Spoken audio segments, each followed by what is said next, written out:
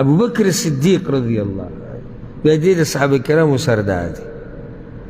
دې د صحابه کرامو سردار دی، مشر صحابي. عمر بن خطاب رضی الله عنه دې ورځ په مجلس کې ناست و، خبرې کولې، وی ابو بکر صدیق رضی الله عنه دوی منځ کې څه خبرې وشوې، نو ابو بکر صدیق رضی الله عنه د خپله جبه راوویسته چې په لاس کې ونیوه، وی دې زه په ډېرو ځایونو کې چې دی نو کمزوری کړی به، یعنې اقرار د کمزورتیا کوي. حالانکې دا څوک دی ګورئ، کوم اوچت انسان دی، خو دې جبې د لاسه زه څو ځایونو کې ښویېدلی یم. تا چېرته خپل ځان ته داسې نسبت کړی چې دې جبې د لاسه په دې جبه تا څو پیرې دومره خبرې کړي چې هغه د الله شریعت خلاف وي؟ چې دا سوچ دې کړی د ابوبکر صدیق دی. عمر بن خطاب رضی الله عنه، انس بن مالک وی یو پیر راووتو امیر المؤمنین عمر بن خطاب رضی الله عنه، وی زه ورسره روان شو، یو باغ راغی مدینه کې، نو دی وی دې باغ ته ورننوتو او زه بهر وم، وی صبر، نو په منځ کې دیوالو د باغ ده، وی ما واوریدو دنه لګیا و د ځان سره، وی چې امیر المؤمنین والله لتتقین الله او لیعذبنک امیر المؤمنین، دا الله نه ویریږه ګنې داسې عذاب به درله الله درکړي چې یاد به یې ساتي. دا دی ځان ته وایي، عمر ځان ته وایي، عمر بن الخطاب الفاروق. پیغمبر وایي که زمانه بد نبي وی دی به نبي وي، هغه ځان ته وایي عمره ځان سیده که ګنې الله به درله داسې عذاب درکړي چې یاد به یې ساتي. ګورې تا چېرته ځان ته داسې ویلي چې ځان سره ناست یې چې پلانې ځان سیده که ګورې تباه و برباد به شي؟ که موږ درته ووایو چې ځان سیده که نو موږ ته غوسه کېږي، ولې ما کې وایي څه چل دی چې ته ما ته وایې چې ځان سیده که؟ زه ښه سپا مسلمان یم او زه دا یم او زه دغه یم. دا دی امیر المؤمنین عمر ابن الخطاب رضی الله عنه. او لږ ساعت مخکې ما ته اوس ته دا ووایي د حسن بصري اقول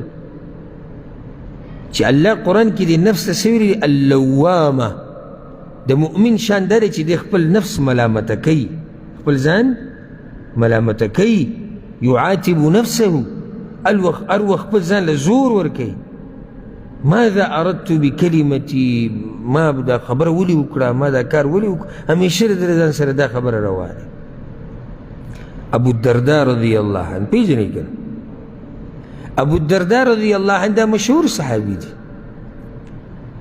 نو دی یو پیر بیمار شو، ملګري پسې رالو، وی مسله دې څه ده، تا ته شکایت ته څه دی، مشکل ستا څه دی، ستا خبره څه ده؟ نو هغه ورته وایي ذنوبي، مشکل ټول زما ګناهونه دي، مشکل ټول زما ګناهونه دي، ما ته غټه مسله زما د ګناهونو ده، زما غټه بیماري هغه هم دقه ده چې زما ټول سوچ او فکر د خپلو ګناهونو سره دی. نو هغه ورته څه غواړي؟ وي جنت غواړم. دا دی ابو الدرداء رضی الله عنه. د دا ونه وي چې ګوره زه د پیغمبر سره پاتې شوی یم، وي او پاتې شوی دی او جنتي دی، شک پکې نشتی، خو دی هم په ځان یېرېږي او خپل ګناهونه رایادوي. زما او ستا خو د جنت او د جهنم هم پته نه لګي، زما او ستا خو د آخرې خاتمې هم پته نه لګي. چېرته تا دا ویلي چې زما د غټه مشکل زما د ګناهونو دی؟ که تا نه مې تپوس وکړي چې ستا غټ مشکل څه دی، ته به راته اوس دنیوي حساب کتاب شروع کړي چې غټ مشکل ټول زما د مال دی او زما د پیسو دی او زما دا دی او زما دغه دی. اسماء بنت ابي بکر رضی الله عنهما، دا اسماء د ابوبکر صدیق لور، په سر باندې در لاګی، په سر یې یو ورځ وی په سر باندې در لاګی او په دې سر باندې لاس کېښود، وی بذنبي، دا وی زما د ګناهونو د لاس. او زمونږ خو وایي الله اکبر، د دې عوامو د بس خبرې، یاره وایي چې ګوره څه ګناه به یې کړي چې الله راګیر کړی، څه ګناه به یې کړي، ته به وایي چې دا د ګناهونو نه صفا دی. او اسماء رضی الله عنها د صحابي لور، د صحابي ښځه د صحابي مور او د پیغمبر خینه هغه وی د ګناه د لاسه دی دا وی زما د ګناهونو د لاسه دی عمر بن الخطاب رضی الله عنه کله چې ابو لؤلؤ خبیث د سحر په منځ کې په هغه باندې ګزارونه وکړو ملګرو اوچت کړو کور ته یې ویوړو زنکدنې او طبیب یې وله راوستو ډاکټر یې وله راوستو خو څه لار نه وه ځکه چې خېټه ټوله د هغه سوری شوې وه شلېدلې وه نو د زوی عبدالله د هغه دا سر په دې خپله غېږه کې ایښوده پلار دی زنکدنې دی سخته ده بل امیر المؤمنین دی نو دی زوی ته یې وکتو په دغه بیمارۍ کې په دغه زنکدن کې وی ضعه لا ام لک کېده زما دا سر په دې خاورو کې مور دی بوره شوې کېده زما دا سر په دې خاورو کې نو هغه ورته ویې پلاره ولې وی کېده دا سر زما په دې خاورو کې که د دې د لاسه راباندې د الله رحم راشي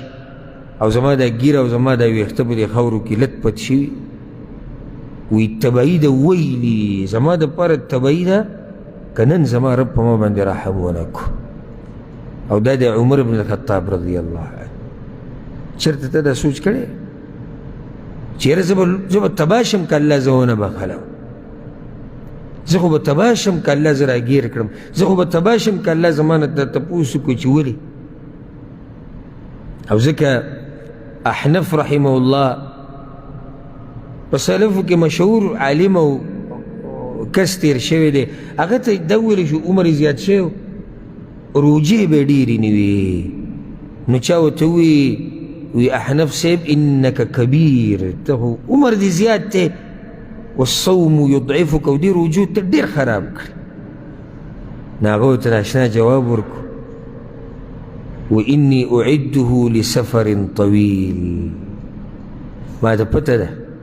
خو دا تیارې ما د اوږد سفر دپاره شروع کړی ده او دې نه بغیر بله لار نشته